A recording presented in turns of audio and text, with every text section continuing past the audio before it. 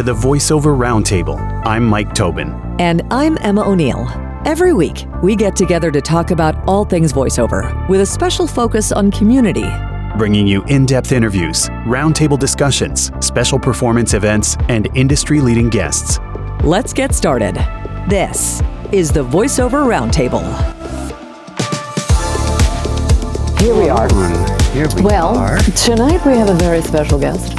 As a talent agent and internationally recognized voiceover authority and 30-year industry veteran with extensive experience as an actor, coach, and mentor, which is very, very cool.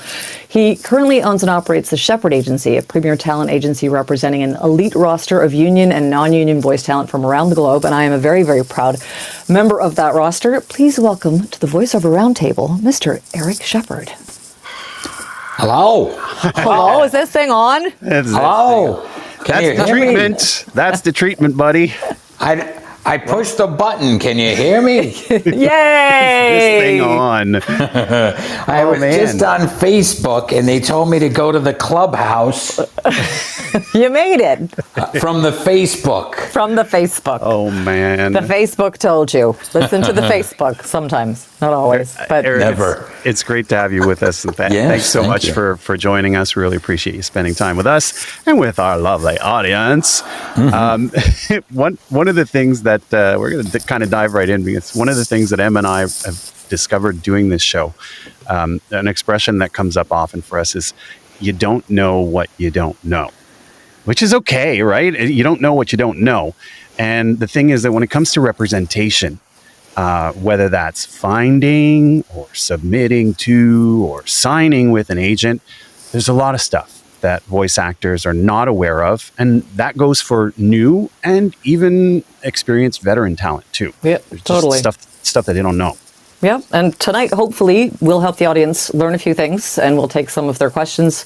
And later on, we're going to dive a little deeper into that critical step of submitting a demo for consideration, and actually listen to the brave souls that submitted to today's surprise announcement. We'll talk about that. We'll listen to the kind of the do's and don'ts of that part of the process. Yeah. I want to start with sort of a behind the scenes kind of question, if I can, Erik. And that's, how do you see the role of a talent agent in the larger voiceover industry today? Well, it's changed a little bit. It used to be, well, everything has changed. But, back in the day, for voiceover talent, we used to go to these conventions, and that was all of us. Like, we were all in the room. That was it. All the agents together. Well, all the talent. And I mean, this was such a small, it was a small community, and now it's like, it's exploded. So, everything has changed. But a lot of the things, as far as an agent and their role, has stayed the same. Primarily, I think people look for their agent just for opportunities to give them auditions and to put them out there. But on any given day, we wind up doing a lot more stuff. I'll be talking to people that we don't even rep just because somebody sent them my way. Very often, I don't know why, but it's cool. We have talent that are asking for advice on projects that are not our projects. I've done that to him. I've done that to him. I know I have. What do I quote for this? And whatever. Like, all right, whatever. And then people can't say, come on our clubhouse thingy and talk to us. Oh my God, it's the worst. You got a couple I'm hundred talent, and they all have some dumb thing they're doing. Oh my gosh.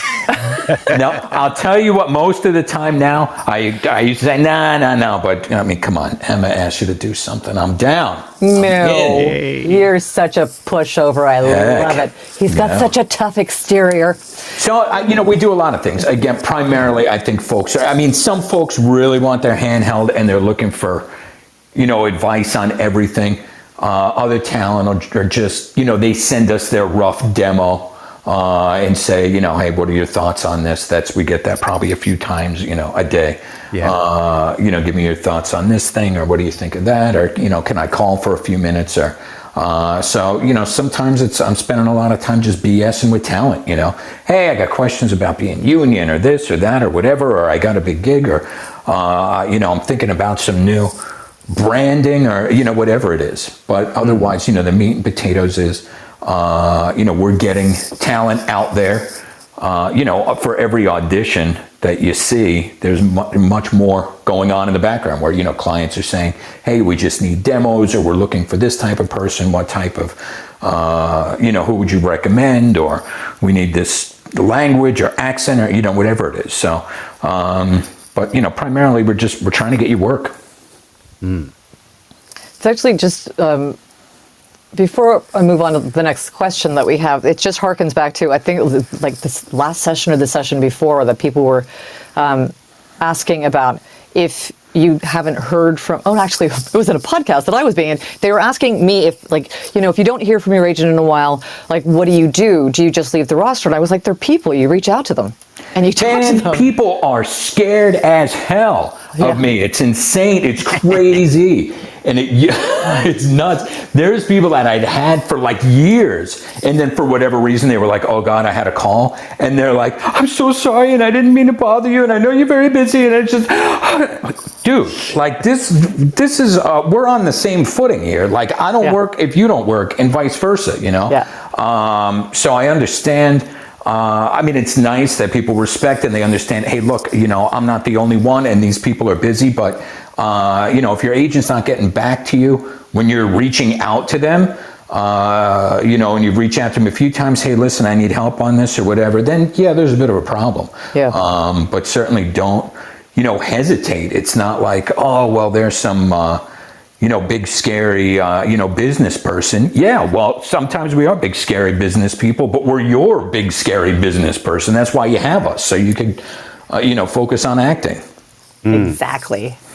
It kind of goes. Sorry, I know you No, go ahead. got another question, but I was going to say it kind of goes to what we were talking about: demo producers, what we were talking about coaches.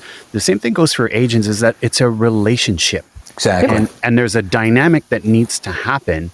And I discovered this, and these are some of the mistakes that I made through the way of lining up agents and things like that. I don't want to say mistakes, but things that I discovered over time is very, very much to what you're saying, Erik, is that every agent's going to be different, and that some have more time for you, maybe because they don't have as big a roster and they have more time for to handhold, so to speak, their talent.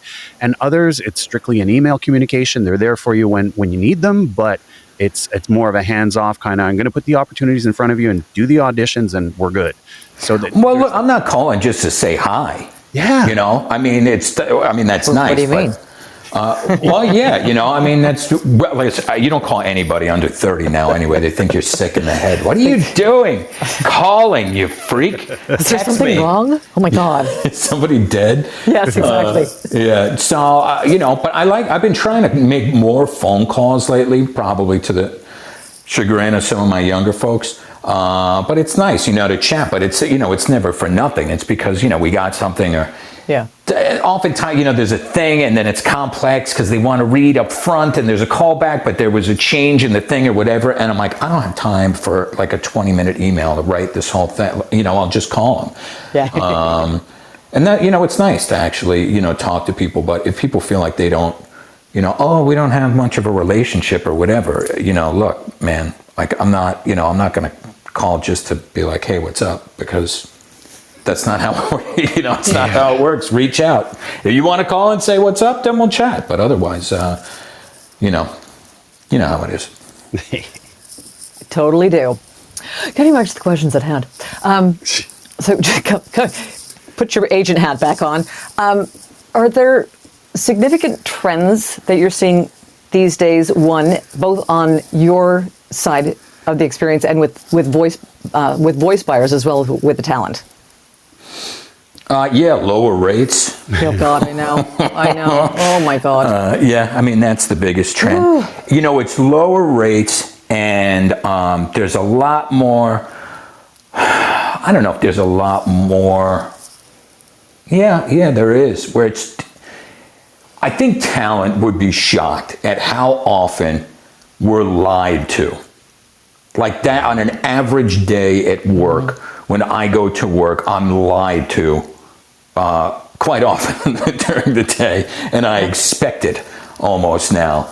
Where that's like the default when, there's a client that has something to say, I am assuming that they're lying. When they send the contract, I'm assuming they're trying to slip something in there because it's that common. And I'm like pleasantly surprised when, we've followed up for the third time and are you sure this is what the usage is? And they send the contract and the contract has the same verbiage on it. It's like, wow, dude, cool. You mean those, we don't know, they haven't specified what the usage is going to be. So yeah, they're always full of shit, and then they send you the contract like 13 seconds before the session starts. That's when they're trying some nonsense, and then you try following up and there's, the checks in the mail, like the oldest lie in the book, or then you follow up on usage. Hey, this is expired. No, we're not using it anymore. And like 2 days later, talent's like, what are you talking about? I just saw it on TV. Oh boy, here we go.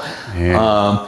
And it's not just us. I mean, talent are getting lied to too. That's why a lot of times you get a client that doesn't like when you agent up, because we're a little bit more savvy about it. And we don't have to be quite as nice. Talent that's why we do everything here. We didn't used to. And we get some talent that they get upset, like, well, you don't trust me? That has nothing to do with trust. But if you do a session, if they're directing over Zoom or something, we have them send audio to us. And then when the client says, 5 minutes before I was on this, hey, can we have the talent's contact information for whatever? No.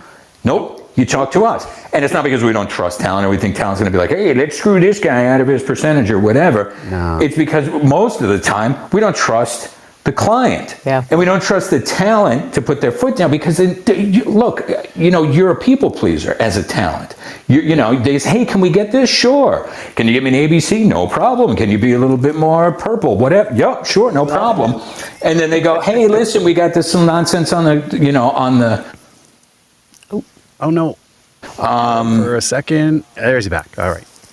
Cut out for a second. Oh, my alarm for this thing is going off. I don't know why. Continue what you were saying. So, talent are wired to be people pleasers, to say yes, no problem. If that's what you want, I'm here for you. And so then when it's time to get down to the nitty gritty, it's tough to push back, especially when you've all been, nice and friendly during session and whatever. Yeah. A lot of times a client gets your email and talent says, oh, I'll just email it over to them. Yeah, okay. Now they have a quote unquote, I'm doing air quotes like you can see me. They'll have a quote unquote, pickup and they go right to talent. Meanwhile, obviously it's another spot or it's, and talent, okay, no problem, whatever. No. And then talent wind up getting screwed. So, it's not like they're just being, and I don't want people to think I'm bad mouthing all clients. I love clients, their names at the top of the check. But, there's a lot of crazy stuff that's going on out there. And if we're seeing it daily, you're seeing it as well. You just don't have such, honed BS. Yeah, and in all fairness, sometimes it is innocent, but like you're saying, sometimes it is a little sneaky. But as talent, I mean, it's an easy thing to do to, like you said, to agent up. But, we've kind of talked about this many times before. If you're in a session and extra stuff starts landing on your plate as a talent, listen. Yes, please the client. Yes, please the producer. Yeah, but be sure that you're taking clear notes and sending an email to your agent. I just keep taking pictures and sending photographs. Here's a new script. Here's a new script. Here's a new script. Here's more tags. 36 tags.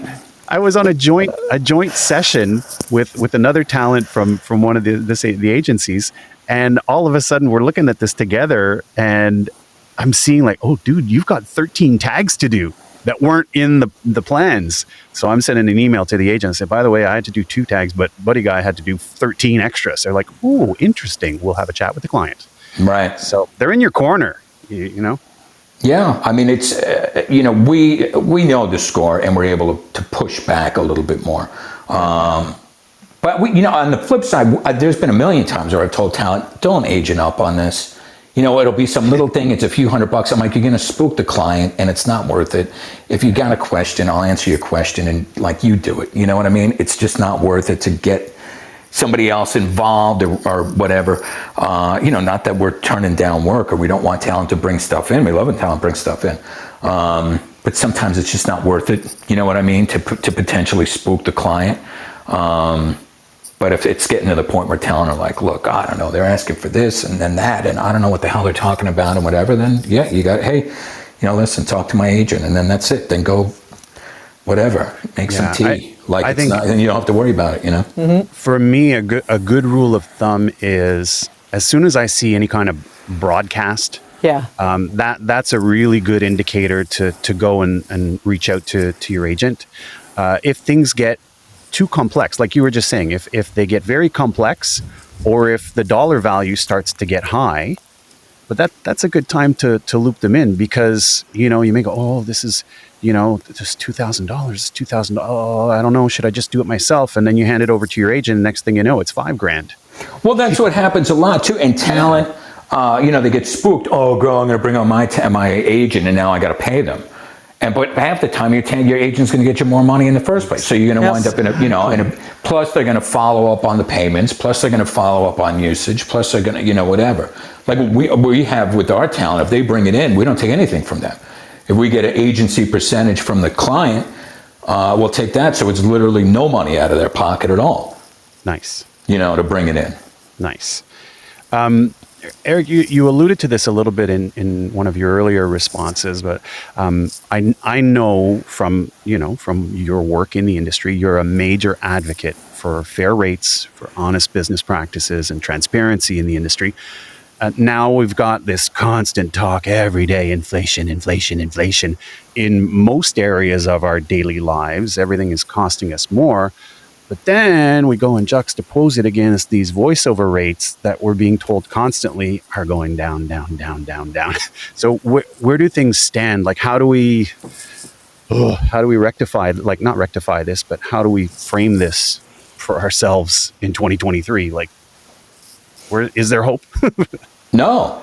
Ah! There isn't. We had a window, where we could have gotten together and been like, look, we got to fight back. Because listen, it's very, very difficult to go back up when there's now an expected rate. When everybody is doing something for $500 and you go, well, that's not my minimum. I do $5,000 or whatever. That type of mentality worked in the past. It doesn't work anymore because they don't care. Yeah. They'll just go find somebody. There's 40 million freaking voiceover talent out there. And I know we're all unique snowflakes and we all bring something unique to the table and blah, blah, blah, blah, blah. Nobody cares, man. So we had a few years where we could have pushed back and really stopped this when the rates were just going down so quickly. It was like unbelievable. You just would, it was like watching a line just going down in real time. Like, holy cow, what's happening? You know what? And nobody did. So agents accepted it. They didn't push back.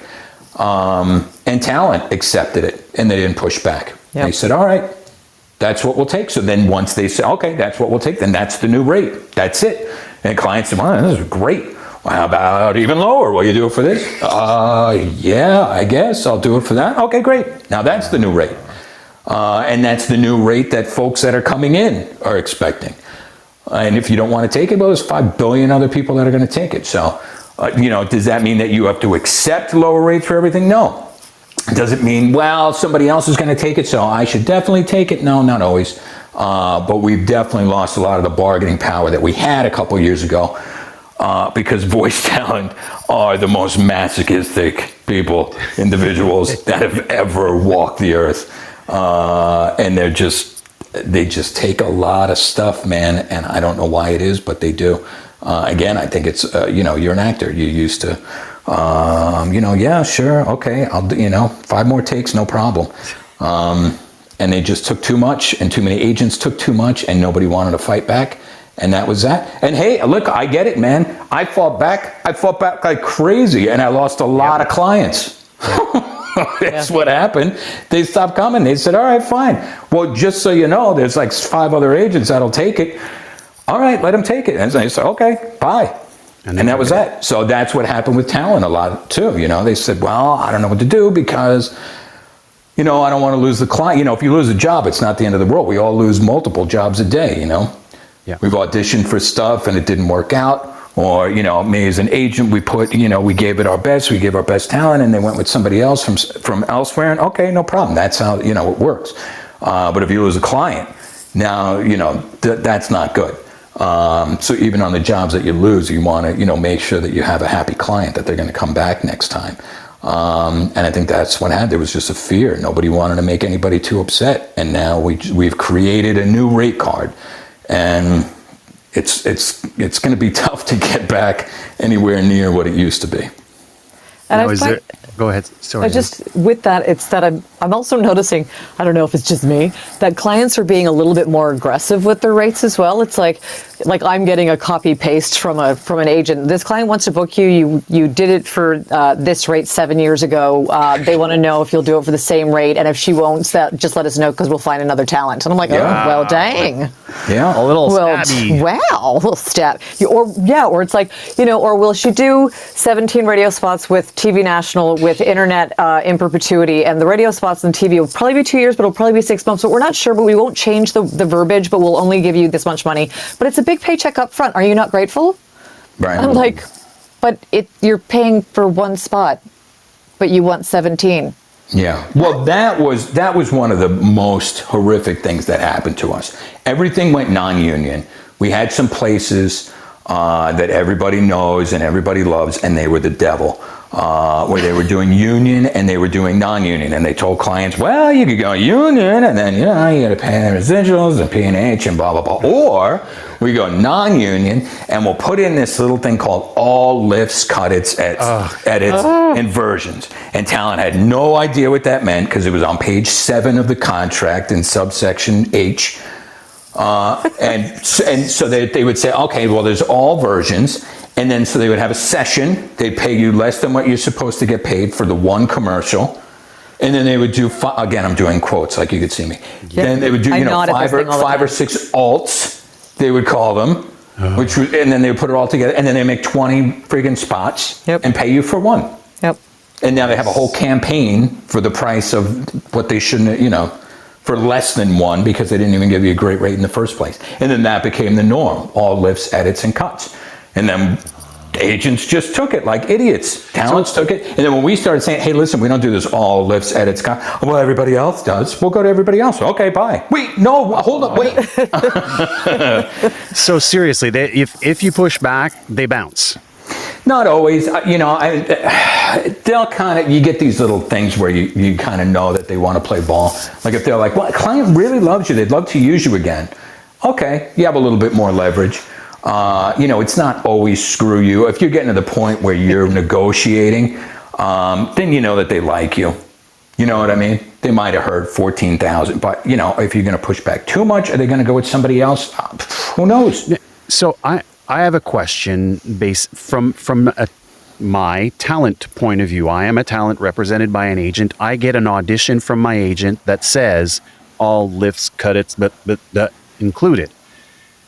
Can I, if it's at that point, so if you're my agent and you've sent that to me, is there any merit in me pushing back as a talent to say, hey, you know what, Erik, I love this audition. I'm submitting. Here's my file attached, but I'm not really cool with that all lifts and cuts. Is there, if at the point you've already sent it to me, has the ship sailed, or is there merit in pushing back at that point?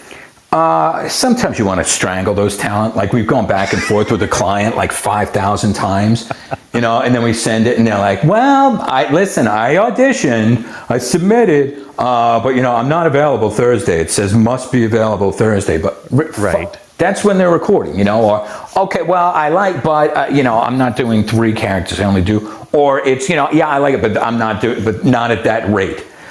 Dude, you're right. The rate was actually 5,000 more, and you caught me. It was a typo. What do you friggin', that's the rate, man. That's what we put it out for, But But so what you're listen, saying is if it says everything lifts and is- guts, you got to accept lifts and guts. Everything is a learning and a teaching opportunity. So if you've got an agent, and listen, lately we've been putting out some stuff that I don't like, and I tell talent in the thing, I put out the thing, and in my notes does. I'm like, this sucks. But if the whole thing is There's like, a section called Agent's Notes when you get an audition from Erik. There's a section called Agent's Notes, and more often than not, it'll just say NA. And then when you see something where you're like, that rate sucks, he's like, the rate sucks, don't do it, but we're going to put it out there anyway. We tried. Because I have talent that are like, you can't stand it. Like if there's a thing and it's 20 grand, I don't care what it is, you got to let me know and whatever. So it's like you're trying to protect the industry and then also keep the client straight and then also keep your talent happy. And there's just too many people to make happy, you know. That's why I'm not in one of those sister wives situations. Can you imagine? Oh my God, I can't even keep one person happy. Holy crap. So we're like, we tell talent, you know what I mean? But listen, it's great if you have an agent that's just taking everything, and a lot of them do. I don't even know what they do. They send talent stuff and everything. They just, like, as an agent, like half the time you get stuff from casting directors and it's like 47 PDFs and all this crazy nonsense they send you. So we try to make sense of it, you know. We have like 15 monitors with all this, okay, here's this, copy that, paste that, to try to send out like an email, you know, that makes sense. And other agents are just like, here, you read it. I don't know what they do. They're probably smarter than me, I guess. I don't know.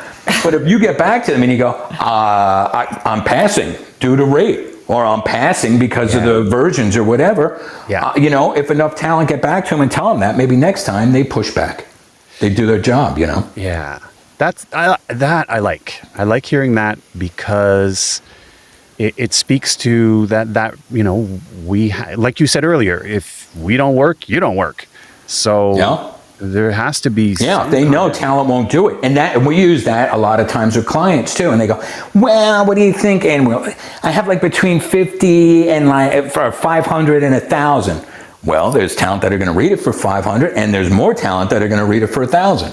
Yeah. Not saying one is possibly better, but oh yeah, okay. Well, what if we put it out for 400? Well, then I'll get you 3 talent. Do you want 3 talent or do you want 100 talent to read for this? Oh yeah, okay. That they understand. Yeah. They don't understand, you know, and I go, look, the best we could do is send it out and we'll see what happens. So that's the thing. Like, I mean, you're saying, oh yeah, no, he does say that. There's sometimes I'll put something out and I'm like, please God, nobody get it. Like, I wish they don't, you know, but there's always a couple talent that are like, whatever, like they'll take anything, you know, so I'm like, all right, whatever.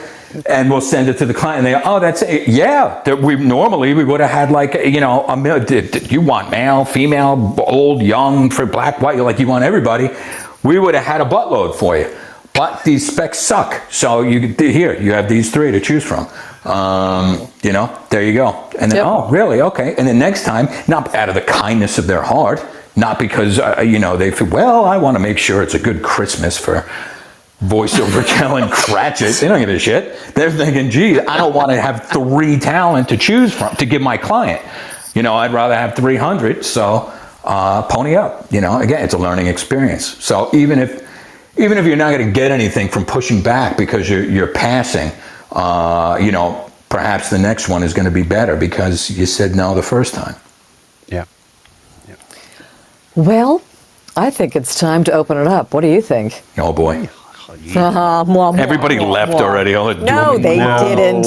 The comment, the chat is hysterical. People are like, "Oh my God, he's hilarious!" Like, it's refreshing. It's honest. It's real. Yeah, it's me all over. I know. So I love it. The novelty wears off quick. Oh dear. We are going to open this up to questions from the audience. We've already had a couple in the chat. I believe one of the people who had asked at the chat, she's coming up on stage now. When you come up, please stay on mute until we ask you to unmute. And then, you know, just fire away. Fire away. Hi, Alexandra. Is that you asking me to unmute? There you are. Go right ahead. What's your question for Erik tonight? Yes. Well, I want to preface this. I am not a voiceover actor, but I do produce podcasts and audio dramas. Okay. Cool. I just became a SAG signatory for my company. Nice. So my question for you is, do you represent non-SAG actors? And if so, do you prefer to send them to auditions for SAG productions that will make them eligible to become SAG? Yeah, all around. We represent both union and non-union talent. And we just had to explain this the other day to some new talent. Like, I'm not union. Why are you sending me these union jobs? Because that's how a lot of talent get union. That's how they become union. Because, there was something that was right up their alley, and they said, all right, I'm going to, well, maybe I'll taft on this, or maybe I'll whatever. But, that's often what tips the scales. So we do try to give, non-union actors the opportunity to audition for it. Occasionally you have clients that are like, they must already be union, this thing is recording tomorrow, I'm not doing any paperwork, whatever. We only want like union only, which they're not really supposed to do, but whatever. But otherwise, because that's, in the millions of years we've been doing this, there's plenty of talent that have gone union because one of our auditions was for a union project. They did it, they got it, and they wound up, getting their card, so. Very cool. Does that answer your question, Alexandra? It does. May I ask another one since no one else is on? Yeah, for sure. Absolutely. Go ahead. Okay, awesome. As a talent agent, and this is coming from the producer side of me, but it's also coming from the caretaker in me. What's the number one complaint you hear from your clients about how they were treated by the producer, so I cannot do that? The number one complaint from talent? Yes. Man, they complain about everything. They stink on ice. Usually, probably the number one is when the session just goes on forever, and they'll just be like, that the director had no idea. Because sometimes they don't, especially like, there's older talent that have been doing this for 1,000 years, and there's like some new, kid, he's like 12 or whatever. He's like the new, director, producer, writer, whatever. And then he keeps him in session for like 2 hours for a 30, and you just know that they ruined it. Like there was no reason to, just torture talent over that. That's pretty much the biggest complaint when they're like, oh yeah, like keeping talent too long. Yeah, we were doing line reads, then we were doing word reads, and it was like, go up on the first word, go up on the second word, and you go, jerks, sometimes the second, more smile. Yeah, the second is probably, they'll let you hang out while they do like all the editing, so you're on Source Connect for like an hour, just, waiting while they're like, hold on. And then they come back, oh, got it, thanks, forgot you. And talent want to kill them.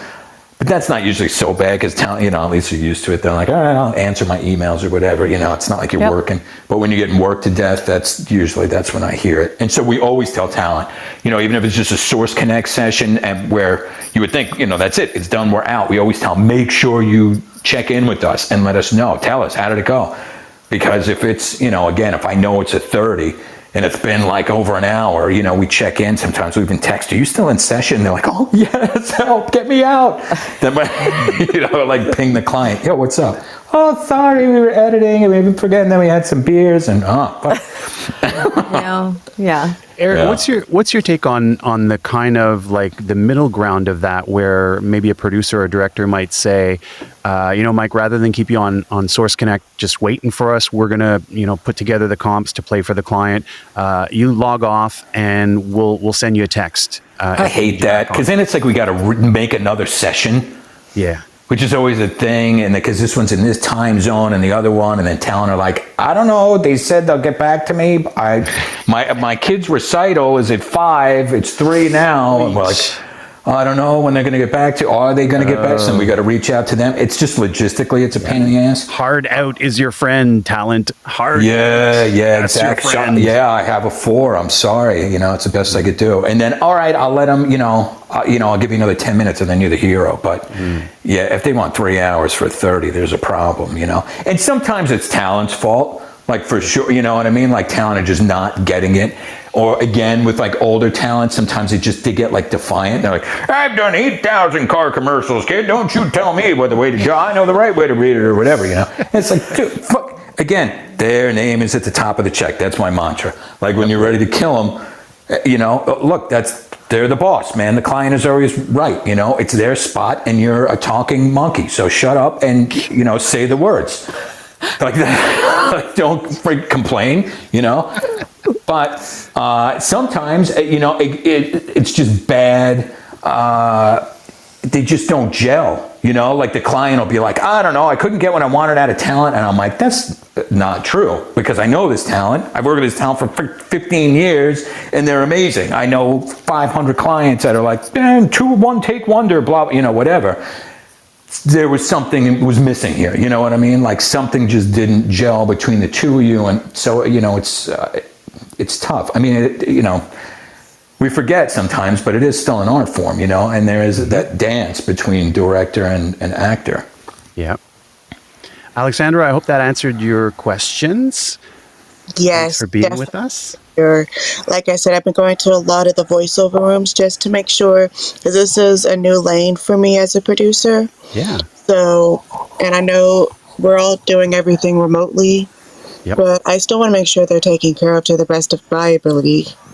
Listen, when you say I'm all set up now as a union signatory and I want to know how not to piss off talent, I love you already. Like that, you can't possibly, talent can't be asking for somebody to work with more than, who's really, obviously you're going out of your way to work with talent to the best of your ability and in a way that's gonna work out for both of you. So that's fantastic.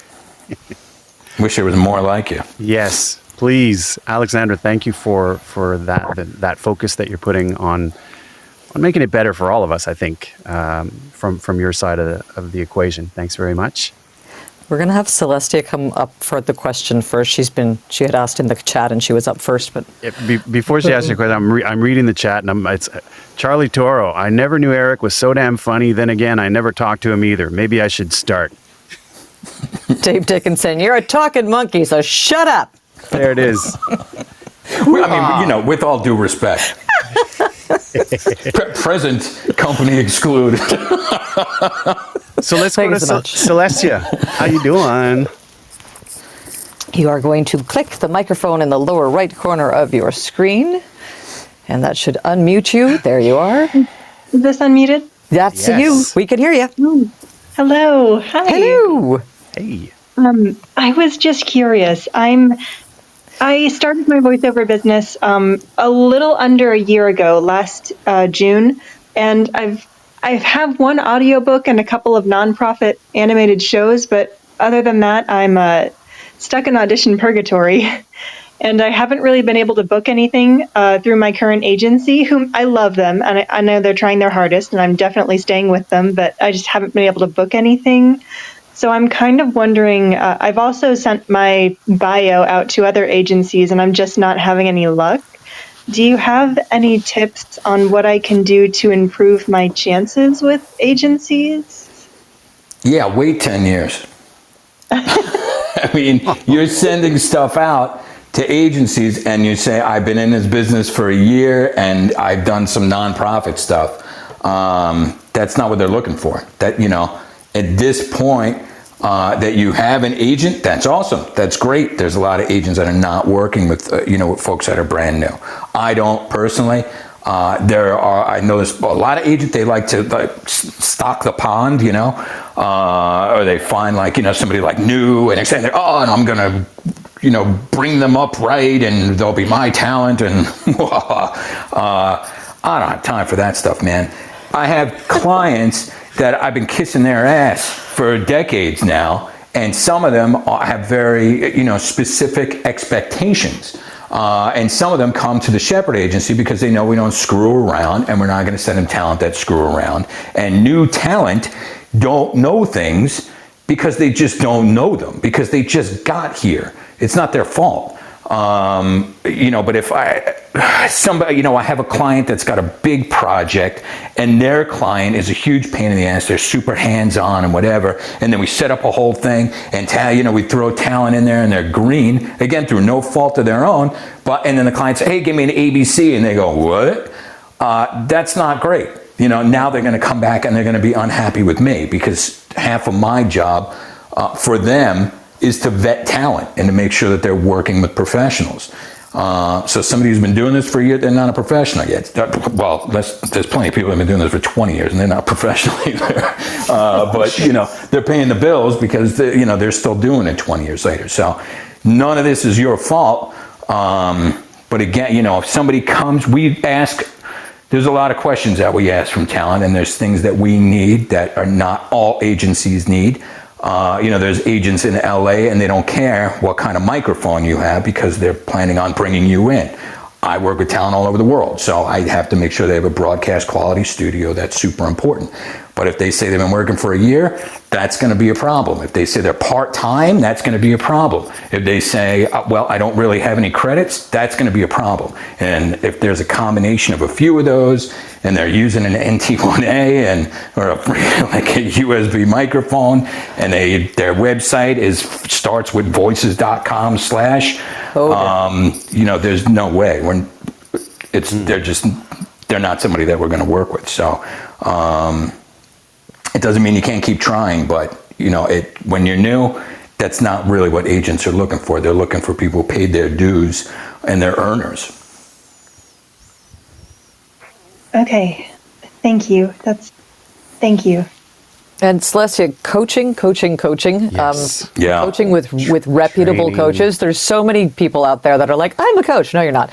So I'm going to coach you, and then I'm going to put your demo together all within 3 months, and then you don't know how to act, and you have a terrible demo, and now you're going to shop it all over the world and go, nobody likes me. So if you want to, Celestia, if you want to reach out to me, I have a PDF that I've put together for Canadian talent and for U.S. talent, West Coast, East Coast, blah, blah, blah, that has people that I think are great, that I've worked with, that are great coaches that would be helpful. So, the first thing she said was my voiceover business, and right away, I like that. That's great. Yeah. A lot of people like don't, that too. like it stood out. That's great. She's got a head on her shoulders. She's asking good questions. All that stuff is great. But I don't know what her acting experience is, and it takes a lot more than a year to be a good actor and to be a good voiceover actor. And there's plenty of people that have been acting forever. They come from other walks of life and they suck at voiceover.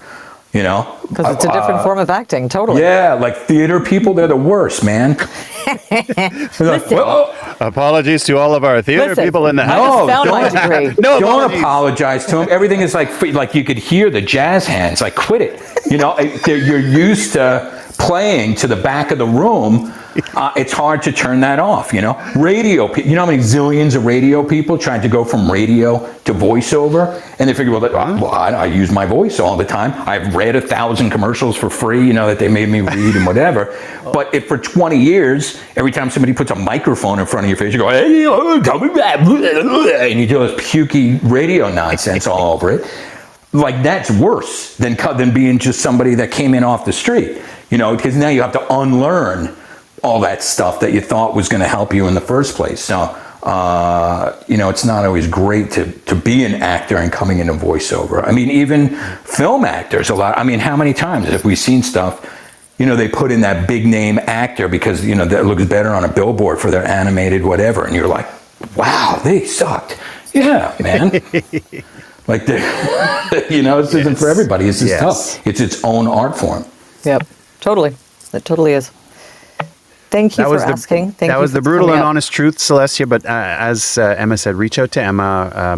She has a great resource that she's put together. It's not everybody. Like I said, I know there's some agents that look, if it's the right person, they'll kind of work with them and they put them on like you're on the roster, but you're not really or whatever. But that's just not how we do it. That kind of it goes to something else that goes back to that you don't know what you don't know.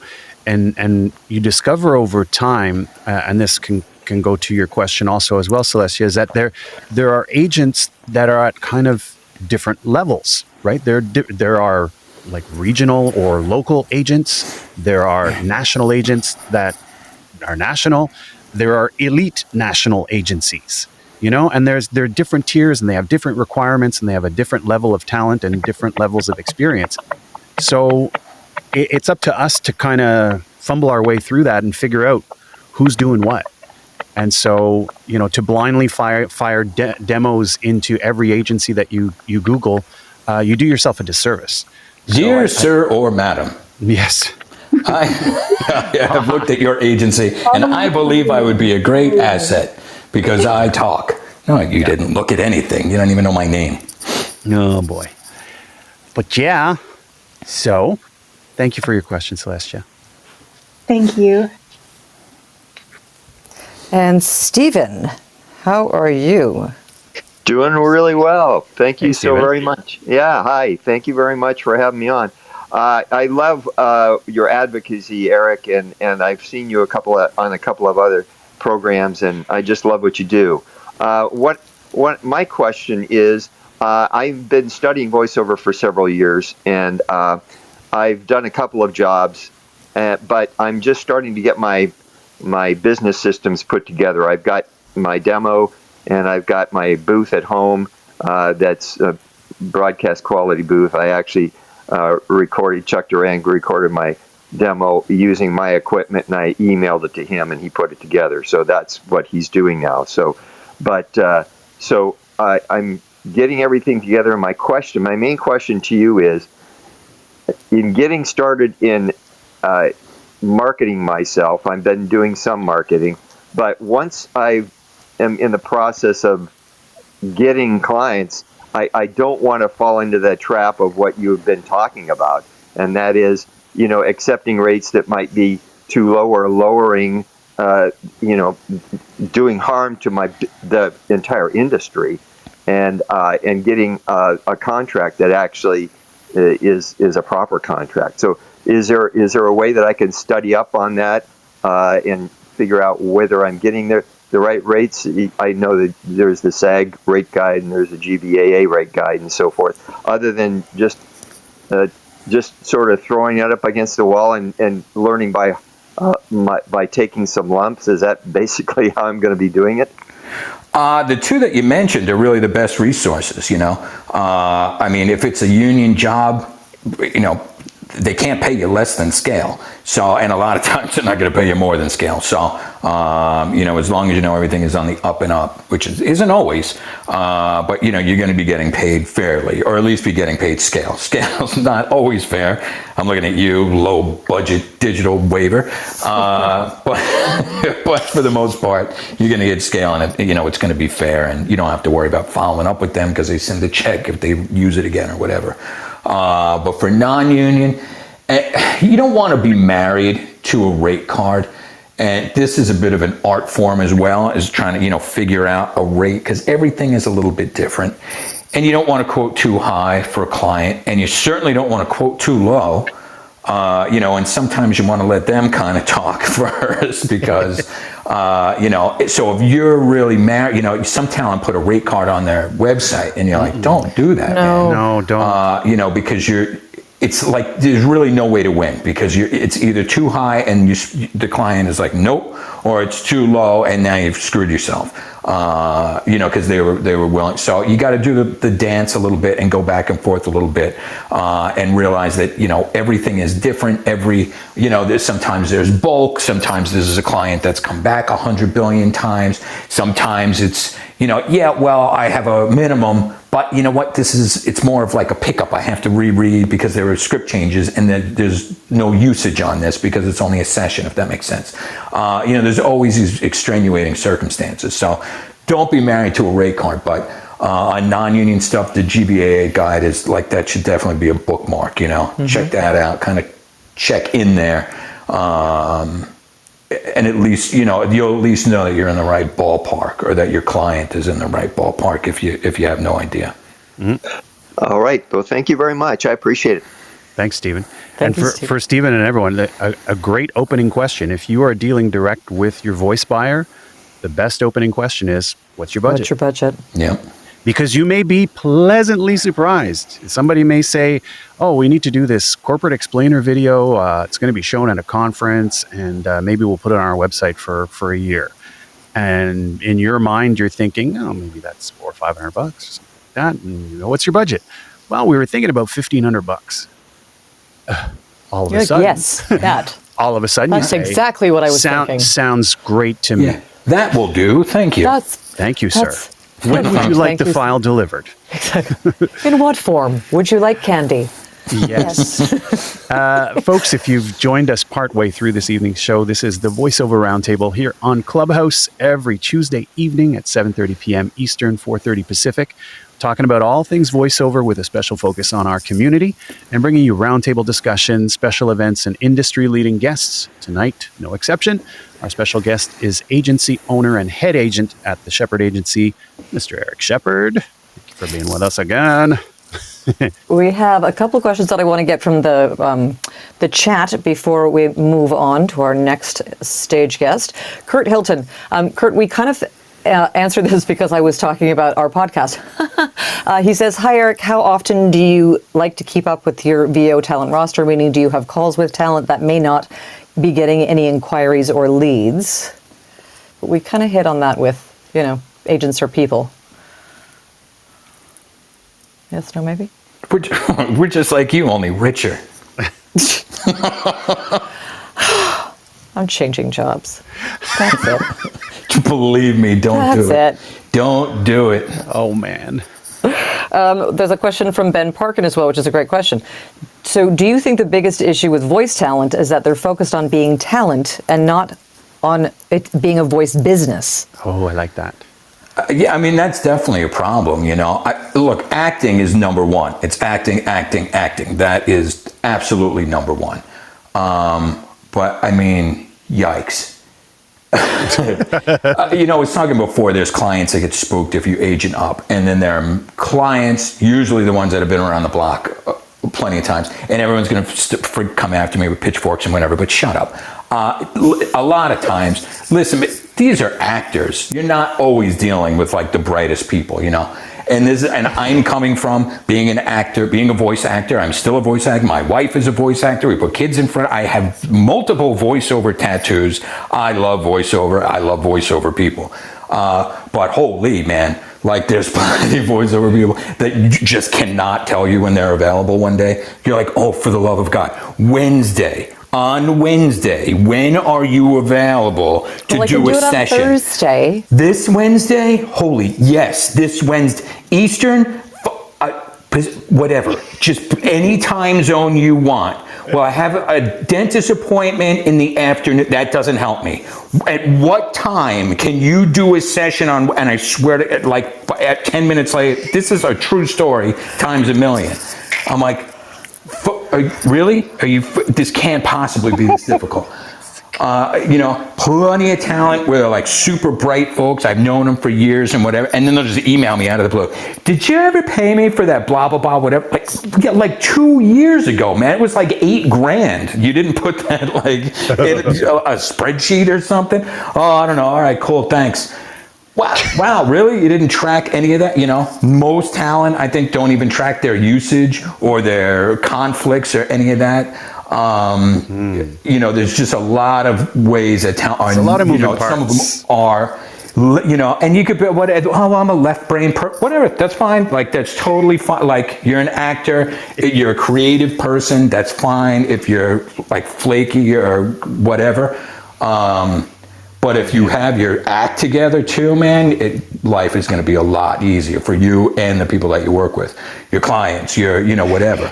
Because otherwise you're leaving money on the table. Yep. Yeah, we got to wear a lot of hats as a voice actor, a voiceover business, as what was said before. There's a lot of hats we have to wear. But you have to be an engineer, you have to be an accountant, you have to be a marketing person, you have to be an actor. Some people, the hat doesn't fit or the hat falls off. So it happens. But sometimes you hire somebody else to do the job. Like yes. I have a virtual assistant, I have a bookkeeper, and I have an accountant because I don't do bookkeeping. I will lose money. So well, and you can't. I mean, you're not expected to do everything, but you understand that that's something. It's not your deal. That's not your thing. But you understand it's important that it gets done. Yeah. So you get somebody. That's fine. Yeah. At some point, your business is going to get so big, where you can't do everything, or you can, but you go, you know what? I would be a better actor if I had people that did this stuff. If I don't want to do these things anymore. Yeah, that could do the little daily, answer the emails, schedule things for me or whatever, so that when I go into session, I'm nice and fresh and I could just focus on the acting. There's nothing wrong with that. It's Yep. nice. Absolutely. Emma, should we bang through these 2 questions from the stage and then we'll move on Absolutely. to phase 3? Absolutely. Let's do Anthony. it. Anthony. Yeah, hi guys. Hello. Hey, Anthony. You can hear me. Thank you for the room. I just wanted to ask, and I don't know if it was covered earlier because I wasn't in at the beginning of the room. I consider myself an actor who happens to do voiceovers. My question is, Erik, do you find that it's better to get the audition in sooner rather than wait to the deadline? Do they have a cutoff line? And then the follow up to that is, do you guys wait to get all the auditions in before you send them on? Good questions. Absolutely, get it in as soon as you can, because oftentimes by the time the due date rolls around, it's already in the can. It's done. They cast it, they recorded it, and it's done. And you're still doing the audition. So we, as an agency, and plenty of other agencies as well, upload in batches. So like we have our own little system that we use. And once we get a number in, we'll go to the client and say, here's your, this is your directory link, and we're going to keep uploading to this same link. So they'll check in, and they're already starting to, we could see what they're doing on the back end, and we could tell that they're already starting to, put check marks next to talent that they like. And also, it's like a psychological thing too. Because if they find somebody that they like, well, sometimes they just don't care. Like, you like them? Yeah. Oh, good. All right, let's do it. It's military. Let's get out of here. It's military time. We're done, man. It's over. Or they wait and they say, all right, we'll have more options. But they already like that one, and they're kind of picturing that voice and that, you know what I mean? They could play with it. Maybe they took the audition audio and they made a little, thing on their end or whatever. And so now anybody else has to kind of like knock them off the mountain. You know what I mean?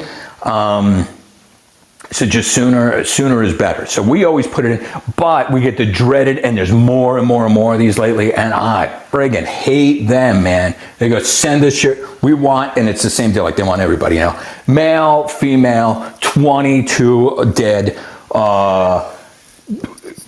sounds like a person, whatever, like the most broad whatever. So like everybody's going to audition. Top 5 only. Oh my God.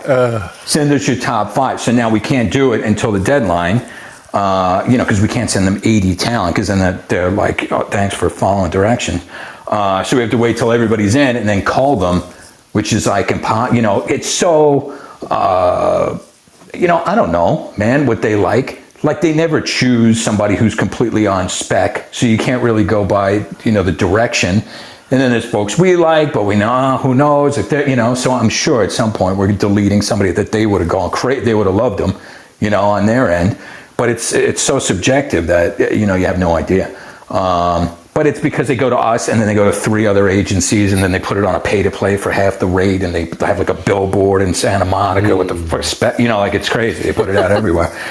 So they don't want to get like 15,000 auditions to go through. So I understand they say, give us your best ones or whatever, but it's super annoying. But in that case, then we have to wait. But if they say it's due Friday at, midnight, we tell you it's due Wednesday at noon for the same reason, because we want to get everybody in and done, and you know what I mean? And then we send them, hey, this is it. You got them all. So if they've got 2 other agencies they're waiting for, they might be like, forget it. We found this one. We love them. Let's do it. Yeah, no, thank you. I recorded a New York voiceover out of LA on the Monday when it was, I wrapped it on the Monday afternoon, and it was the deadline was Tuesday, but it doesn't follow that they're all actually the same. And the other thing that I found is I'm repped by an agency both here in LA and New York by the same agency, and it's like I've had to write back and say to them, look, I really can't do this at this rate. I don't think it's even worth your time picking the phone up or writing me an email at this rate. So I've seen the business change over the last few years, and I did find being with a smaller agency is sometimes better than being with a bigger one. But thanks for your answer, Erik. Absolutely. Those are all great points too.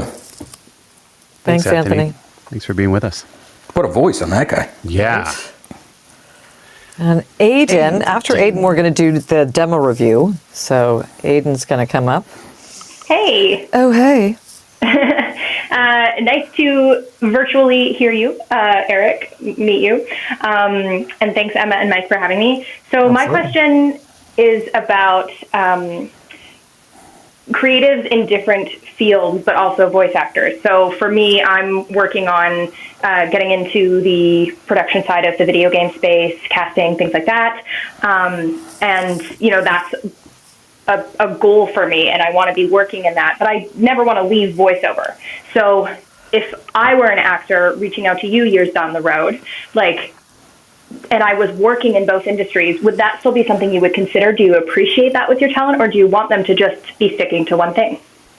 I want them to be voiceover talent who are madly in love, psychotically crazy about voiceover talent. They eat, sleep, and breathe voiceover talent, voiceover jobs, and they are available 24 hours a day, 365 days a year. I am not happy if they are part of a theater troupe and they're on tour for 2 months out of the year. I'm not happy when they, have another job, but it's in a related industry or whatever, because now it's difficult for me to cast them. So I'm not interested in how well-rounded somebody is in some adjacent industry, because that just makes my job harder. It makes me harder to book you. And I want to be able to book you as easily as possible. And I want to give my client as many avails as possible and not have to compete with, whatever other project that you might be doing. Yeah, totally fair. Okay, thank you. Thanks, Hayden. Thank you, Aiden. It is that time. We had brave souls bombard my email with their demos, and these were randomly picked out of a hat. They're taking them back now. Well, they can't now. They sent them. I got them. They're loaded. So I don't know. Do you want to listen to the full demo? Do you No, want to God, the no. first 30? Do you want to listen to the first spot? What do you want to listen to?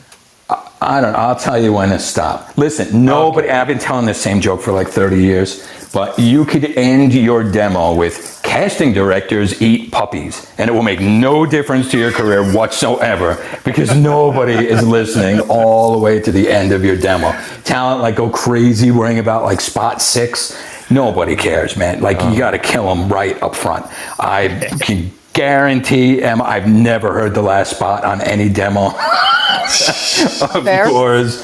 And it didn't matter, because you got me listening past the first one, which is what most people do not. The game is keep their finger off the stop button. And sometimes we hit stop before they even start talking, because the first thing you hear is, yeah. And then you go, nope, I don't even want to whatever. Or then those first couple words, that's most of the time when we hit stop. Nope. So if we've made it to spot 2, that's because we're oh, rad. I like this one. What else can they do? What else do they have? And so we listen for the next one, and wow, great. And if we've made it to spot 3, we've already decided that we're going to marry you. So, we're in love with you if we've gotten that far. So if anybody hasn't figured it out yet, there will be no sugarcoating tonight. Yes. Just a few reminders to those who submitted. First of all, thank you to everyone who bombarded Emma's email inbox. We like doing that every once in a while. It's a lot of fun. Big thank you. But a reminder to those who submitted, and also to all of our listeners. First, all of these demos are going to be played anonymously. We're not naming the voice talent. When you hear your thing, you will know it's you. You know it's you. It's your demo. But we're not going to mention who is what. You know who you are. Next, the thing that's really important here. This is not a submission contest. It's not And the winner is ding ding ding. Doesn't count as representation submission to get into Sheppard. No, it doesn't. But we thank you for submitting demos, and because you're helping us get to this goal. And the goal tonight is really to educate, so that we can all grow together and get better. That's it. That's all. So thank you for putting forward these demos. We've handpicked a couple randomly from the squad that we got. We're not going to name names, and we'll listen to them, and maybe we'll get past spot 1. And if Erik says stop, I'm just going to stop.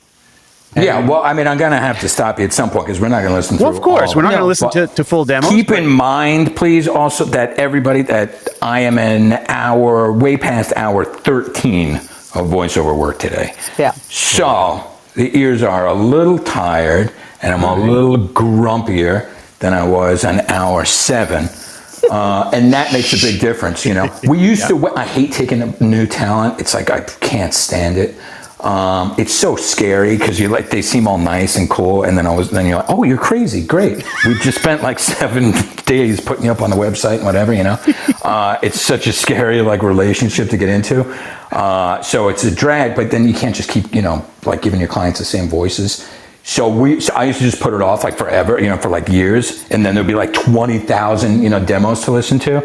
Not years, but you know what I mean. And it was like, it just was not fair to talent, because after a while, like you can't, you know what I mean? After like they all start to sound the same, and you know, so now we kind of listen as they come in a bit and put them in different folders and stuff.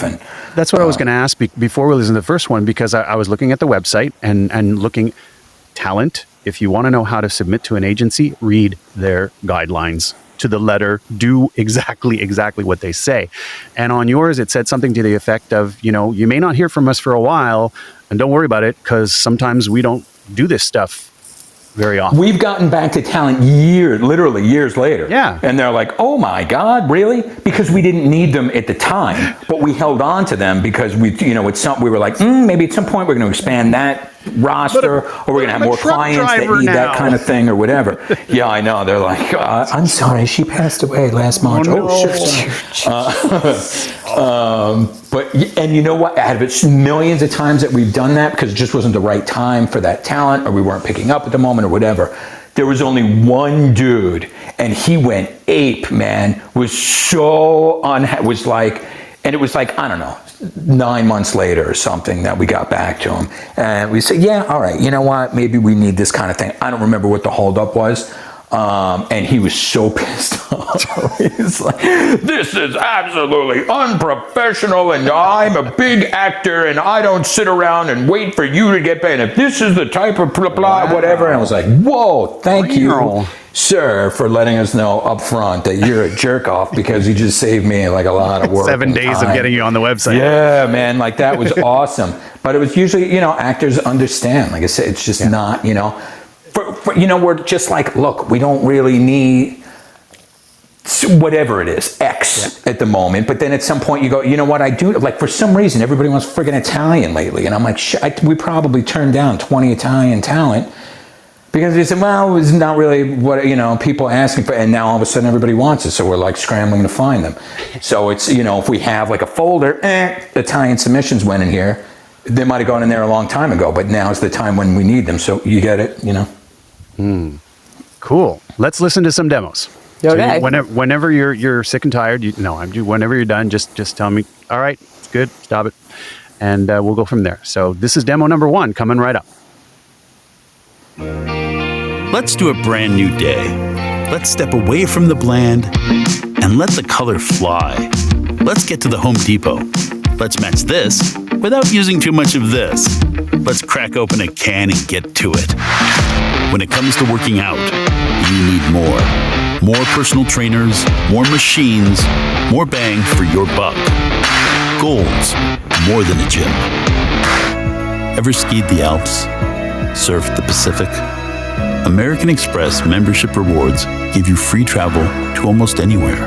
And since reward points never expire, you can take your time choosing. American Express. Do more. A rum brash enough to bunker down in a Bahama Mama, yet distinguished enough to be okay, cool. All right, a lot of stuff right there. Good voice, obviously, but it's not like too much, you know what I mean? It's not like they want a nice voice and they say, oh, we want somebody like guy next door. No, they don't. They want, like, everybody's still a sucker for a nice voice. So it's nice. Age range is good. It's somewhat convo, but somewhat not, which is still good. So there's a lot of stuff going on there that's good. The length of the spots is good. There's like this new thing now. People are making like these 4-minute commercial demos. I want to strangle them. And there was a departure on the second spot and the third spot. And that's the most important. Again, the game is keep their finger off the stop button. Mm-hmm. So there's no time for a slow burn. Like you don't put the hit on the B side. You know, kill them on the first spot. and keep them listening. And then if you've got something else in you, give it to them on the second spot. Because if I'm there for the second one, I want to hear what else do you do. You know, I liked the first one. That's why I'm still listening. And so I want to hear what else you have. So on the second spot, give me something different. If you have something different, do that for the third spot as well. And it's not a 100% deal breaker. If you don't have a lot of, like Don LaFontaine didn't exactly do like a million things, you know, and he did all right. So, you know, if you don't have a ton of rent, but we still love what you do, like that's fine. But if you have rent, you know, at least, you know, a little happier on this one, a little sadder on that, like show me something a little different. And this guy did on all that stuff. So a lot was right there. A little bit of marble mouth coming across. That's a little bit of a concern. And I would have liked a little more energy on that first one, especially. It felt a little like you just need a little bit more caffeine in certain spots. But there was definitely more right than wrong there. Very cool. Very nice. Very cool. We're going to move on to demo number 2. Here we go. We get it. Your work is important, and it's also complex. Like really complex. And the more complex it gets, the more you realize your project software just wasn't made for this. That's when you're ready for workaround. At Old Navy, mom jeans are always in style. Now through Monday, save 30% on all denim in-store and online. There's a big, beautiful world out there. Why not take some time to explore it? Unwind and enjoy life as you've never seen it before. Viking, explore the world in comfort. At the Home Depot, we don't just sell power tools, we sell Empower tools. Find what you need for your next project at the Home Depot. All right, got it. Dang, man, where'd you find these people? She's great. Nice. Very nice. Cute. Like kind of quirky, and that's like super big right now, where it's not just like, you know, for a while, like all the chicks were doing, like the first spot would be like the sexy chocolate spot, you know, like melts in your mouth, and then like, and they'd be like 50, and the next spot they would just go up 2 octaves because they thought they made them sound 20, and I'm like, no, it doesn't. So it's like all these, and then like the third one, they do like a horrible British accent for some reason, like. Okay, but we didn't get that here, right? No, like that, but that was like what was happening for a while at like a certain, like at a certain, like 10 years ago, you know? And so now there's more this kind of fun, more real, quirky, cute girl thing going on, which is great. And it's like, if you're going to sell a product, like what better just to celebrate, you know what I mean? Than like a quirky, fun, young girl, like that's awesome, you know? Like that's, I mean, it's disarming, you know, that's great. The only thing that's a drag is every girl is like young and cute and quirky now. So it's a little tough to stand out because like that's, you know, the it thing. So they're all doing it. You know, all the dudes are like the guy next door or whatever. And you're like, yeah, I get it. Like you're a nice guy, you know, whatever. I never realized how much I do the air quotes thing until I'm on, people can't see me. And I'm like just doing it all the time. Just if you could get the sarcasm, subterfuge, whatever. But there was nothing wrong there. Real cute, real nice, real like kind of fun. The voice was good. That was just good stuff, man. Yeah. Yeah. Dang, 2 in a row. There we go. All right, let's go to demo number 3. Here we go. Meet Michael. Monday through Friday, he commutes to the suburbs. On the weekend, meet Mountain Mike. He's ready to take things off the grid. Introducing the all-new 2023 full-size, designed for luxury comfort on the inside and rugged terrain on the outside. It's the perfect ride for the whole week. The last few years have left us, well, exhausted. We didn't realize how much our family needed a getaway until we were finally able to unplug. And somewhere between the kayaking and the campfires, that's when we realized we started to feel like ourselves again. Book your next getaway now at getaway.com. Falcon Ad Manager is the easiest way for ad managers like you to reach streaming audiences online. Imagine your ads on Falcon TV. Okay, there's a lot of good going on here too. That third spot was terrible. It didn't help him. The first 2, okay, so good voice, good age, good sound. Again, it's what I was just saying, like that kind of the nice guy next door, the real guy, whatever, you know. Right. Cool. And then he kind of wrecked it with that like fake energy on the third one, which just didn't seem like him. So there was nothing like that first thing. That might have been a real spot. I don't know, but like, you know, I could buy it. Like that could have been, you know what I mean? But it was just kind of boring. Like it was good, you know what I mean? Like there was nothing wrong with it. Again, good voice, good whatever. It was long too, by the way. But other than that, like it was just like the spot itself was just not exciting, like in any way. So it showed me what the talent could do, which is good. But like that's not a spot I would have chosen for spot number one. And then spot number two, the delivery was very similar to spot. Like the only time it changed was when we got to spot three, and it just seemed like I didn't buy it. I think that's a good talent with a bad demo. Gotcha. Fair. Okay, and we're gonna do one more. Demo number 4. Here we go. Here we go again. Tax season. What if I told you a dedicated tax specialist would do your taxes for free? Yeah, I know. Put your coffee down, Dave. For a limited time only, TurboTax is absolutely free for simple returns. What are you in the mood for? Have it your way at Burger King. Do you want it spicy, cheesy, or classy? 3 delicious options with fries, a drink, and nuggets for just $5. I know that with my new healthcare plan, I'll get the healthcare I need, so I can focus on what makes me happy. And it only costs $10 a month, which is great. With brand new styling, Smart Connect multimedia system, and Smart Entry, you're ready to hit the road running. All right. 2020. Similar things to that last dude. This guy's got a different type of voice, which is nice. Is it like going to be for everybody? No. That's one of the things when you're different, you know what I mean? When you sound different. And it's like, well, it's great to differentiate yourself from the pack, but then at the same time, it's like, you know, do they always want different? Not really. You know, then you wind up a little more like a specialist. Not that he sounds like a total weirdo, but he's just, you know what I mean? He's got something a little different going on. Yeah. That first spot, there was like 10 places where it could have cut off, where it would have had way better energy, and it just kept blowing past. And then when it finally did cut, it seemed like it was in the middle of nowhere. It was just way too long. And then the second spot, it felt a little similar to the first spot again, and I would have liked some more energy kind of all around. I don't know if he wants to lean into being kind of, you know, having a little bit of a different type of thing or a quirky type of thing. And then there was one of those spots, it was like the fourth spot I think I was just not into.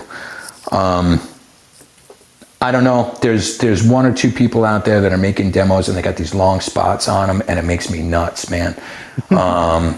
Again, because it's like, I just don't have time, you know? So when you have the first spot, especially, and it's just going on and on, I feel I'm triggered. I feel personally attacked. I feel like, what have I done to you that you're making me listen to this whole 30 before I could get on to the next one? Now I'm mad at you, and so that's not good.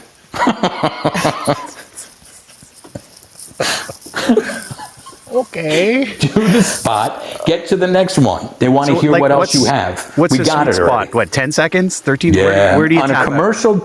Listen, I love commercial demos. If you send me an email and you're like, I do cartoons. That's all I do is cartoons. I love cartoons, and I'm the best character actor in the world, and I'm the next Mel Blanc, and blah, blah, blah, and whatever. I say, great. And then I'll listen to your commercial demo.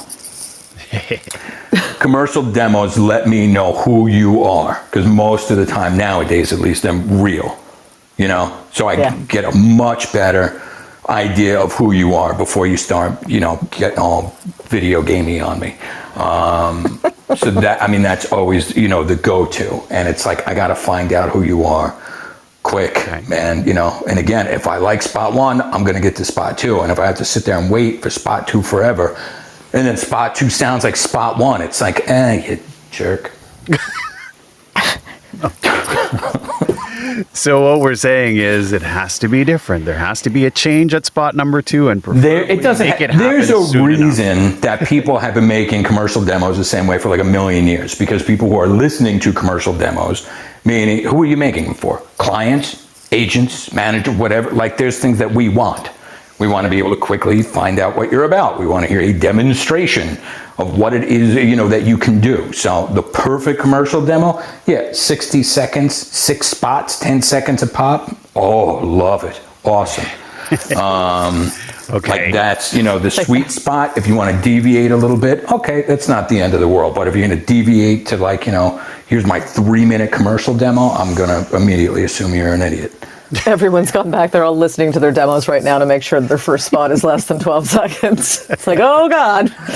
Oh God. So here's just, you just got to know your audience. Again, who are you making this for, man? Your friends, you want to, no, you're trying to demonstrate what it is that you do to potential reps or potential buyers. So show them what you do and get it over with, man.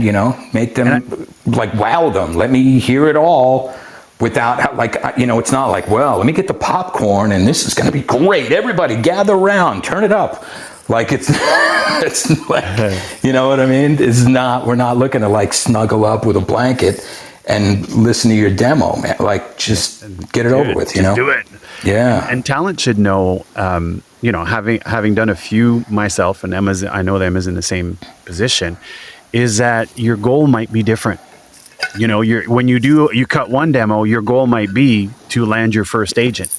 And then a few years down the line, the goal might simply be to give your existing agents a good tool to offer clients when they just ask for a demo. And then a few years down the line, it might be to book an elite or to sign with an elite agency. So your goal might be different each time, and you got to think about that. But I think all of the things that Erik has said apply still. It's just how you're going to approach it. But and a lot of times talent, they try to make, no talent should ever make a demo for themselves. They're too that was my deep next question. In the woods to see the trees. And I understand it's $1 million to get professional demo done. But that's the business, talent just can't make a good demo for themselves. Even if you're a producer and you know how to whatever, then talent do stuff like, well, it's all spots I've done. Great. And the first spot I'm really proud of. Rad. It paid for my car. Awesome. It's a boring spot. I know it's a real spot and that's great, and it's for a major, it's for McDonald's. That's awesome. And that shows clients, that you've made a spot for McDonald's or whatever. Guess what? There's a kid who's been doing this for 3 weeks, and his first spot is for McDonald's too. He didn't actually do it. But nobody knows the difference, and I know you're in love with this spot, but it's a boring spot, and it's not great for your first demo, or your first spot on your demo, And it's just stuff like that it's, get a pro, they know what the deal is, Yeah. And it's hard, man, it's hard to do. Keep in mind that stuff that's on the air isn't necessarily your best work. It's what the client wanted. Yeah. How many times do you go do a session and you're instructed away from what the spec was, and all they of a give sudden you a you're line read and you sound like there's something wrong with you. Yeah. Erik, in the demos and again, we're not naming names and we're not singling anybody out, but we were talking about this, the self-produced thing. Were any of the demos we listened to tonight in your ear self-produced? I don't know. I'm not saying. I don't know. I would bet probably number 3 was. Okay. Maybe more. Maybe number 4 too. But I would bet number 3 was. And so, to roll back to what you said just a few minutes ago, somebody is submitting at your level to your agency. I guess you're saying your hope would be that they would have a professionally produced demo. I mean, look, this is how I'm first going to be introduced to you. Hopefully you're going to be smart enough to go to our website and find out how we like people to submit. We like them to use the form because we have questions. So if you send me an email and now I got to scan through the email to see if it has all the pertinent information that we want, it's kind of like I wish you would have done because that has all the information that I have and not the stuff that I don't need. And now you have all this stuff and I like it, but you didn't tell me what your studio is like. So it doesn't, you know what I mean? Yeah. Which I need to know. So now I got to get back to you. Hey, what about this? Can you use the form? Any agent is going to be happier when you just did what they asked you to do for God's sakes. No. It takes 2 minutes to fill out the dang form. Yeah. So speaking of which, Are you accepting new talent? We're always listening. I got to tell you though, man, we're not taking anybody now. They got to really be different. We're just deleting guys that we know are freaking great, but it's like we're full. You know what I mean? Yeah. Like, how many do you need? And then it's like kind of like it feels like rude almost to the talent that we have. Yeah, I hear you. You know what I mean? Like, how many like old ladies do you need? Yeah, when it's I'm right like, here. you know, I mean, when you come got, on. well, let's, you know, like anybody, you know what I mean? Like, you know, and it's like how many young, and then plus like how, you know, we can't have like 700 talent because then it gets unwieldy. And I like to know what everybody does. You know, I like to know, because again, you know, we do get clients say, hey, I'm looking for this or whatever. What do you think? And then immediately, you know, stuff comes to my head. So if I don't know who you are, you know what I mean? Like, you're not going to be top of mind, and then I don't feel like I'm being the best agent for you. So for that reason, I don't want to have 700 talent. We could have 7,000 tomorrow. It's not like there's a shortage of submissions, you know? But anyway, first, to make a long story, painfully long, the first thing, you know, is I'm going to read the form, and I'm going to look through it, and I'm going to see how long you've been doing this. Are you full-time, blah, blah, blah. Do you have some pro specs? Do you have pro credits? You know, are you a pro, for God's sakes? And then I'm going to click the link to your website, and I'm going to see your website, and hopefully I don't have to click through like 7 pages to get to your stupid SoundCloud plugins that are broken. And I'm going to click on your commercial demo and hear it. So there's already been, you know, that was a hint, folks. That was a hint. Yeah, it's going to be a few things that we've already, you know, gone through where there's potential red flags until I get, you know, to that demo. But if I've gotten to the demo, you know, that's the first thing I'm going to hear, man. And you got to kill me. Listen, we rep Emma, for God's sakes. We rep some of the best talent in the world with the best voiceover demos in the world. So you're going to be compared to them. So, you know, if your shit is Bush League, come on. Yeah. Erik, like, people could argue, and I've heard this, and people argue all the time. Oh, watch the scenario though. Like, people could say that anyone who has the not anybody, but many people who have the funds and the willingness and some talent can put together a good pro sounding demo. Now, do you ever go further than the demo and the intake form to vet the talent that you're potentially about to bring on? So, like, I don't know. In one case, I had a potential agent and now agent ask me, you know, they said, yeah, everything sounds great. Send me your 5 last auditions that you submitted anywhere. Do you ever do anything like that? No, we don't. You know, we do a pretty serious vetting. But usually, you know, if we get to the point where we're going to say, all right, you know, I think we're going to take you on, we've pretty much gleaned, you know, that they're a pro, they're a working pro, they're somebody that I'm not going to be worried about throwing them in a, you know, in a session with an ornery client or with a client that has, you know, high expectations. And it's, you know, in a lot of ways it's evident, you know, you just check out who they are, how long they've been doing this, who else reps them, you know, the stuff that you just, I've been doing this for a while, you know, you get a sense for who's, you know, who's at a pro level, you know, and who's not. And that doesn't mean that everybody has to have, you know, 30 years under their belt before we pick them up. I mean, we have younger people, but, you know, as a pro, but we got to stalk them on social media too, to make sure they're not nuts. And you still kept Emma?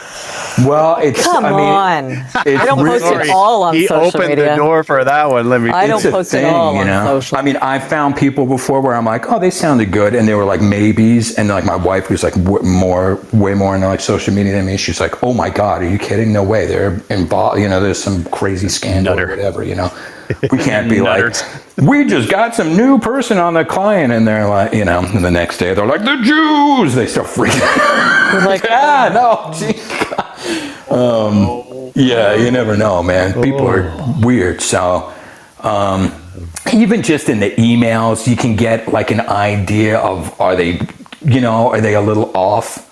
Are they a little weird? Are they a little, and we're all like, we're in voiceover, for God's sakes. You know what I mean? Like our weirdo meter is pretty like high compared to, you know, like the average like carpenter. Have or whatever. fun, go to a conference. Yeah, like, you know, we're weird people, man. We're in voiceover, like, so that's fine. But you just, again, you know, I've been like, it's really like a je ne sais quoi kind of thing, man. I don't know exactly what it is, but you get a feel for, all right, is somebody, are they real? Are they what? We were talking before, just trying to set this thing up, like, checking out Clubhouse or whatever, and I forgot where Emma's from. And she said, oh, I'm from Canada. Oh, yeah, man, for whatever, like, we have like 1,000 Canadians lately. It's all Romanowski. He makes his demos, he makes the best demos, and then I don't know, he's like big in Canada or whatever, he sends us all these Canucks.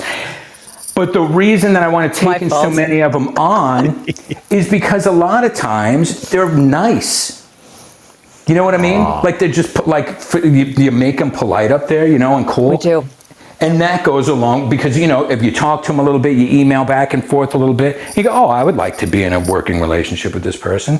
They seem nice. They seem down to earth. They seem cool. Generally, Canadians are nice folks. And that's why, and you go, wow, what's with all the Canadians? Oh, yeah, because they're nice. That kind of stuff comes across. That means a whole lot. I have to work with you now. You know what I mean? Like, I got to deal with you. I have to, schedule you for stuff. I have to whatever. Like, if you're, and that's fine if you're all like button up Mr. Business guy. Cool. Like, that's fine too, But if I'm getting like weird vibes, I don't know, man. Like, do I need that? No. And I mean, I've turned down, even years ago, talent that I knew were great. And I'm like, man, this one is an earner for sure. But I think they're kind of a jerk, man. I'm just, forget it. Life's too short. Oh. I have a beach towel here. It's red with white lettering on it. Says, "The world needs more Canada." I like. You know what, man? I would be there, but I hate the cold. I know. So do I. We moved from New York to Texas. Like, one of the main reasons is because we hate the cold so much. Yeah. We're a weird bunch. Yeah, things we put up with. They're. I don't know. Your mother's teach you right or something. You're just polite folks, and that comes across, So, be nice. Thanks, Erik. Be nice. Thanks. Be Canadian. Yeah. Yeah. Just don't say and also, hey. It'll give you away every time. I mean, if it ever got any of that like Canadian accent thing, that would definitely be a turn off. But for the most part, it's very, it's that neutral North American stuff too, and that doesn't hurt either. Yep. Americans, as you could tell from my New York, that comes out after a certain hour in the evening. We have all these damn regionalisms all over the place, and that, that's tough too. Nice. This has been pretty much as epic as I thought it was going to be, and probably then a little bit more epic. Yep. I think the only way this could have been more epic, Erik, is if we did a Erik versus Ellie Ray.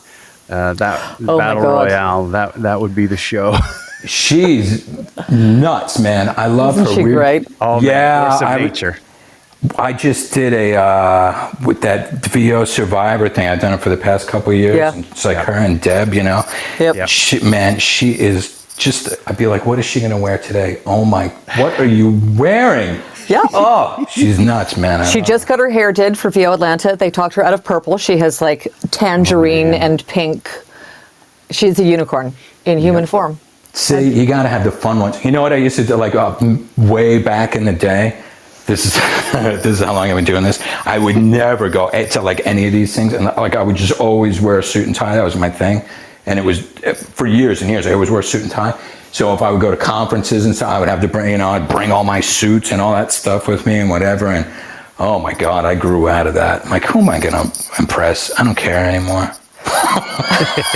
The times have changed. Your jeans and black t-shirt are fine. Man, I got ties I haven't seen for years. I'm just like, whatever. I'm too fat to fit in them now. Like, forget it.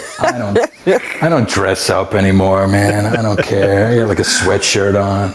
Oh man. This one, no, for the clubhouse. I got my tie. I got my suit on. Yeah. See, we dress up too. I was mistaken about how this works. Erik, this has been so cool. Thank you so much for hanging out with us tonight, and thanks to our audience and supporters, of course. Emma, the chat room is hysterical. People are like, I can't wait for the replay on this, because some people came in later and they're just like, oh my God, don't listen back. Oh yeah, they're totally going to listen back. This is going to live forever. That's a word people are like, oh, I heard you on that podcast. I'm like, from what? Oh, no, what did I say? From like 10 years ago. It was like in the back room of a conference somewhere. I was drunk. Like, I had no idea. I'm just railing. Oh, a 416, God damn it, everybody. He's a 416. Why don't they listen to me? Oh, man. Well, I believe they listened to you tonight. There's going to be... Yeah. And they're going to listen again. Yeah. No, this was wonderful. Thank you so much for taking the time. I really appreciate it. I know that you are busy, and I do very much appreciate that you did. His response when I sent the email is like, hey, Eric, Mike Tobin and I are doing this thing. Would you be interested? And he wrote back, hell no. And then wrote back again saying, yeah, of course.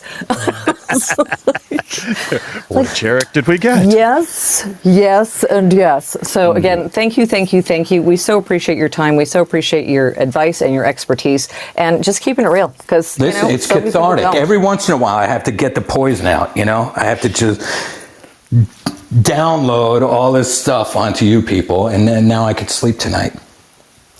Well, I'm glad. Yeah. Next time we're gonna get a boatload full of 4-minute demos just for you. Just pounding that. I can hear him twitching. Exactly. Oh man. Oh, cool. Thank you so much, Eric. Emma? So we are going to sign off because Eric, it's past his bedtime and it's past mine because I've got to go and pack at this point with all of the stuff. I've got to figure out what these cables are. And next week, we have the lovely Danny States joining us. Danny is a wonderful voice talent, and she is a creator of Voiceover View, which is like a CRM Excel sheet that meets email service, all kind of mashed into one that is designed for voice actors. It's brilliant. So she is going to be our guest next week. She's lovely too. I love Danny. Yeah. Join us next week, Tuesday evening, 7:30 p.m. Eastern, 4:30 Pacific, here on Clubhouse for the Voiceover Round Table. We will hear you then.